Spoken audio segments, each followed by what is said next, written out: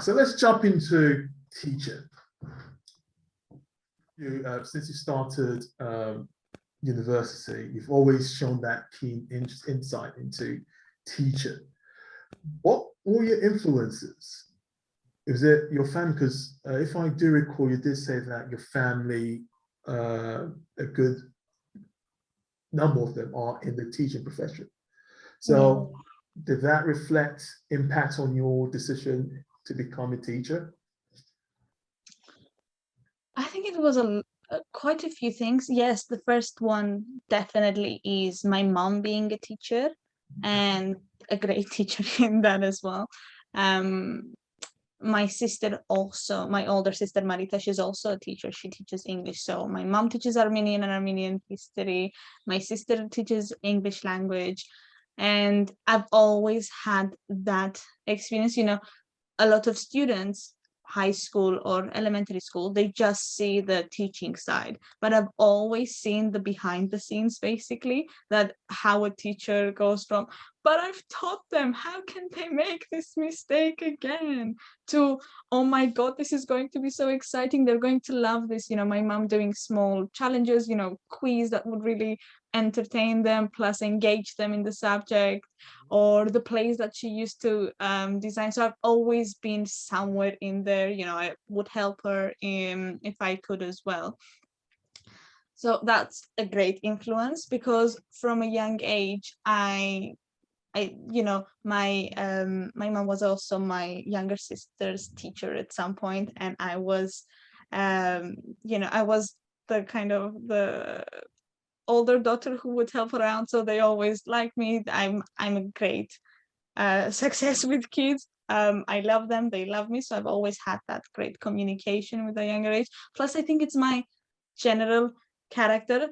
When I'm not stressed about studies or work, I'm very joyful, love engaging that child side of me. So that was one.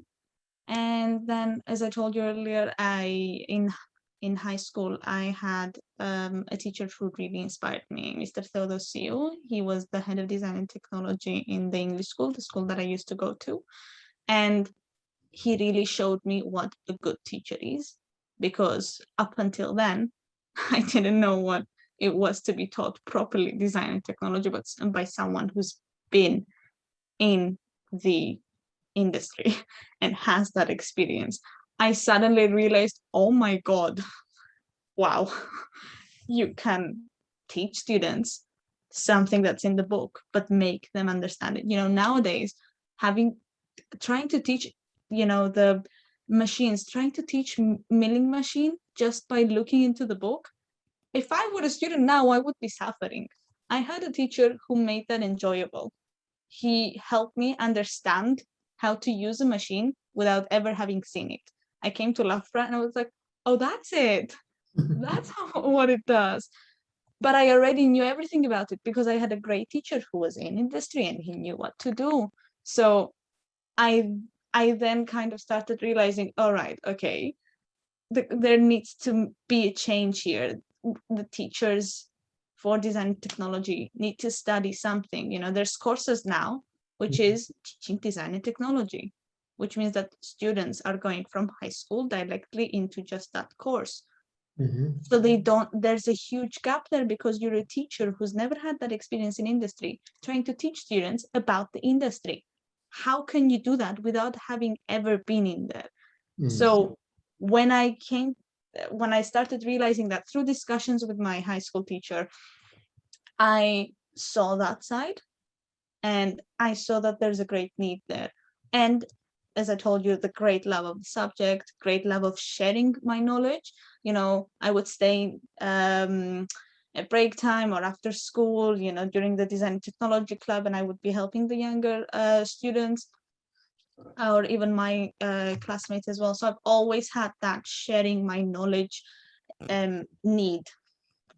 Honestly, it was a deep-seated need to share what I know, because in this subject, in the area that we're both in, that you need to combine the different areas in order to create something great. So if you don't combine the minds, you don't share your knowledge, which the problem is that there's also a lot of competition where people try not to share because there's the competition side. Well, that's when we kind of, there's the setbacks. So I wanted to be, in my own way, a small part of the solution, basically, of the education of the subject. And having seen students lose interest, I could see students from going, oh my God, this is so exciting in year 3. Sorry, year 3 for us is year 9 in the UK, to then in the A levels, just losing interest, not understanding anything, dropping the subject as soon as they could. I didn't understand why. So I wanted to help stop that and decrease that as much as possible. All right. Cheers for that. Yeah, that's very inspirational. So let's talk about your present journey. How was it like being in the classroom for the very first time, teaching and professing your subject? Okay. The first time that I was in a classroom was during my placement year. I was 19 and I had a class of, I think it was 13-year-olds in front of me. The first thing that hit my head was, we just have a 6-year difference with these guys. Some of them are taller than me, bigger than me, with every way. And it was that stage for me. I'm so glad that I did my placement, because through the students and through my colleagues, and obviously through being into the area, I learned so much about teaching. For me, it was kind of like a PGCE year, but obviously with much less paperwork. And I became a teacher through the placement year by seeing students who really enjoyed the subject and help them further encourage the pursuit of what this subject can offer you, to having students who were not interested at all because they're in year 9, they know that they're going to drop the subject, they're not interested at all, to me trying to make it exciting and them actually enjoying it and giving it their all, even though it's their last year, having that idea in their head that it's the last time that I'm doing this, let me make the best of it.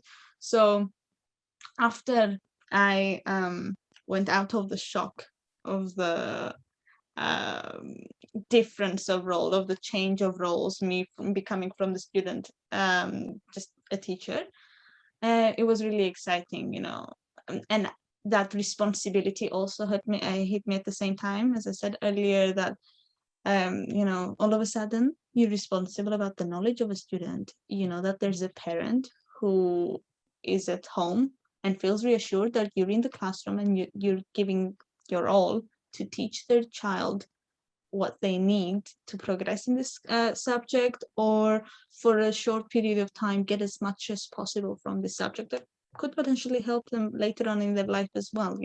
I was teaching CAD to year 7, 8, and 9 who maybe never did design and technology after that. However, they really liked it, they knew it, and they would spend time after the year, when they were in year 10 and they no longer did this subject, just having to keep that connection with design and technology, because it's so nice and you can make so many things out of it. Even if you choose not to be in the career, you can always benefit from it, either for fun or for a project, because it has that combination of subjects, which is another thing that I love about design and technology. It brings together so many areas of STEM and outside STEM that it makes it so unique. So yeah, a big learning year. Right, cheers for sharing that. So let's talk about you teaching CAD in school. So how do you get the students motivated to study CAD? Because that can be quite challenging, particularly developing a lesson plan and a scheme of work to get the students to understand the software. So I'm assuming, so what software they use is the school use at the moment? So at the school that I was before, we used to use SolidWorks. Now I try to help them in the younger years introduce Tinkercad. That's an online software, but they also use Fusion 360 and Pro Desktop, Okay. which is an Oh, they're still using Pro Desktop. yeah, yes, for a few of the more traditional style projects. I know that some students have already been introduced Pro Desktop, so they know it quite well. So they feel that comfort zone there. Okay. So the software is still being used, and it's all about the transferable skills. Something that I really appreciate learning from LAFRA. I think it was Abby Patterson, maybe in the final year that I was doing the CAD module as my chosen module. She really emphasized and showed us in so many ways that about the transferable skills, and that things can be same. Some you may be using the software and you may be doing this feature on that software, and it can be the same title for the same feature on another software. So once you learn to use CAD on one, you are able to do it on another one. Once you wrap your head around the fact that you're making something 3D and you can give all the effects from texture to size to hollow, to everything that you can give to a product. Once you understand that you're able to do it, you can then do everything basically with the software. With current CAD packages, it looks as if the platforms are quite similar. So it's really easy to use one and then adapt to another one. But it wasn't like that in the past. So we're talking late 90s, early 2000s. It could be quite tricky. So if we're transitioning from, let's say, AutoCAD R18, I believe, R18 to AutoCAD 2000, and moving into something like ideas. So SDR ideas, I think that's before your time. It can be quite tricky. And there was something called CAD 5, and I think after that, CATIA also became like a big player. So it wasn't that easy, making that transition without some additional training. So I think with today's times, it made it quite easy to have a platform that the interfaces are quite similar to make those transitions and to make it easy for users to adapt to other softwares. But I was talking about a typical lesson. So let's assume that you've got a class and you've been mandated to teach CAD. Talk me through what your lesson plan is like. So how do you break the ice, so to say, into using CAD, into use that as a means to engage students in using CAD? Because as I stated, it can be quite a tricky subject to teach if you're not very confident in your CAD skills, number one, and number two, confident in your classroom management skills. Because there's always going to be one or two students who really can't grasp the concept of using such a software. So just talk me through your experience.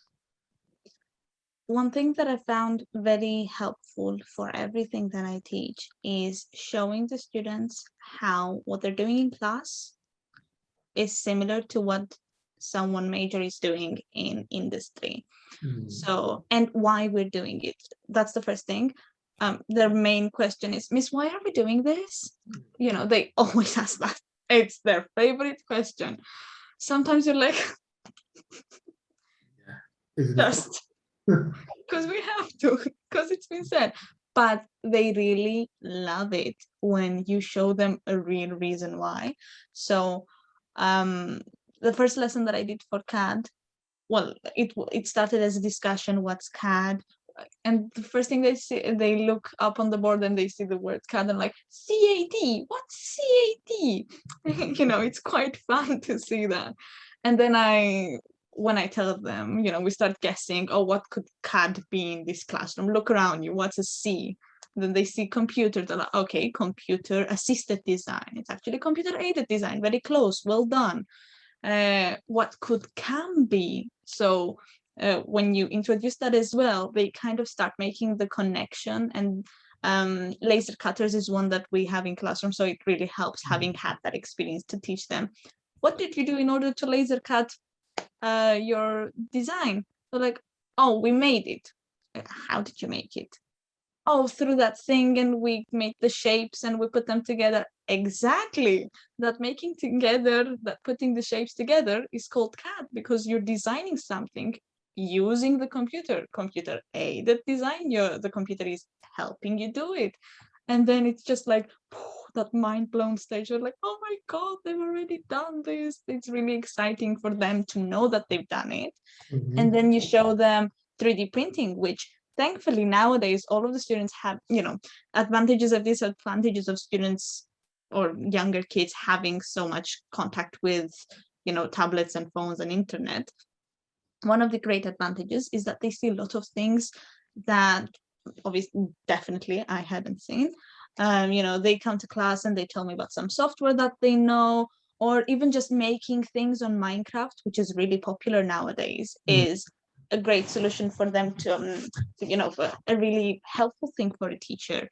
They know how to make things on the computer. They do understand the idea that what you make on there can be translated to real life. So what I would do in my first lesson, after we do that guessing thing of the CAD and CAM, we then go into seeing, obviously the laser cutting is a solution of CAD through CAM, 3D printing, which they know, as I told you earlier, with like videos that they see. TikTok is great.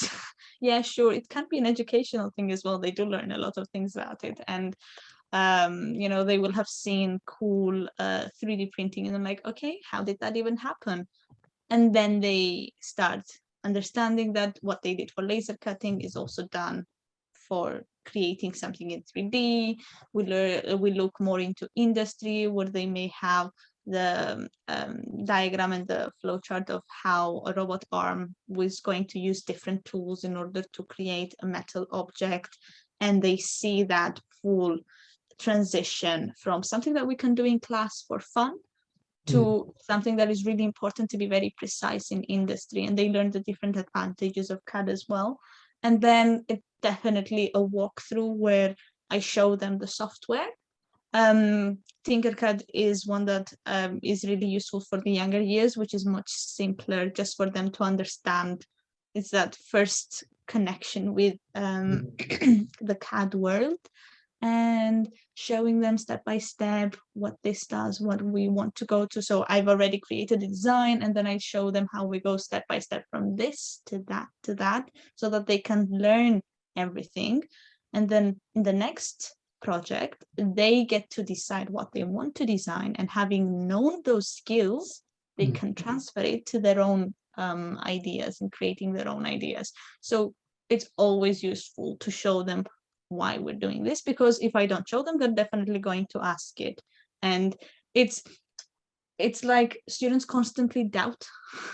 It's that constant race between the student and the teacher, of the student being always ready to lose interest in the first chance that they get, to the teacher trying to keep them engaged all the time. So if you manage to do it from the beginning, you show them something really cool, or you tell them that you've actually done what we're going to learn now, and they are so excited about it because they already have the experience, that really helps later on to convincing them to sit through the daunting stages of trying to put the values in. Oh, it doesn't work out. Oh, I confused the width with the length.